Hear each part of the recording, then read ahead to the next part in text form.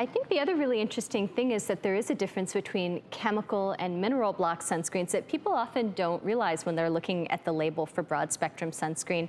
I think you found that two of the worst endocrine disruptors, which are octinoxate and oxybenzone, were in 50% of the chemical sunscreens you tested. Yes, that's absolutely correct. Oxybenzone and octinoxate have recently been banned actually in the state of Hawaii because of environmental potential hazards. But also to your point, they are known endocrine disruptors as well, widely used in really popular sunscreens in the market here in America. But I'd like to point out what she said. They have been banned in Hawaii. So if something is dangerous and killing coral, and that's why it's banned in the state of Hawaii, it really isn't something that we should be putting on our kids. So you're a consumer. We need to protect ourselves from skin cancer. What do we do now? Because you have me scared.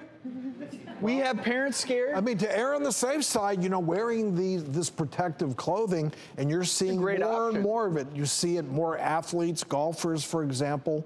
But you still are going to need sunscreen for, even if you do protective clothing, and make sure it's a legitimate UPF protection fabric. The point of this discussion is not to scare people off sunscreen. So sunscreen is really necessary, as you said, because even if you wear a hat and sun protective clothing and you avoid peak hours of UV exposure between 10 a.m. and 2 p.m., you're still going to get some sun, and hopefully you're out there enjoying your life. So Jackie, how do you recommend people determine if the product they're considering is safe?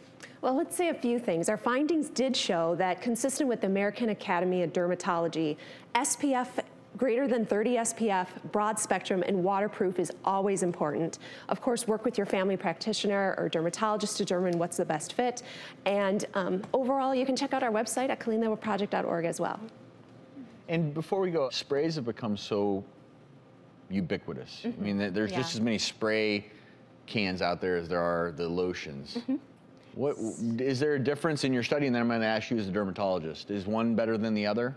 It was interesting. When we did our study looking at efficacy, you did see with the sprays more of like the clumping and the spotting, because people just use the spray as a spray. But with lotion, you get more of a uniform application. So we did see that as well. Just this, with the lotions, it's just get much broader of application covering the skin. And the sprays are also much higher in sulfates as well. So that's another aspect. Doggone it. So I like the sprays. They're easy. But you don't put on enough. So remember, 1 ounce of sunscreen per exposed area of skin, that's a lot. So most people are not putting that spray on enough. And if you spray, I guess you should probably make sure it's evenly distributed. It's an aerosol that you may, for kids. you don't want them breathing it in. You don't want to breathe it in. Yeah. We really appreciate the work that you're doing. And certainly we'll have more information on our website, thedoctorstv.com.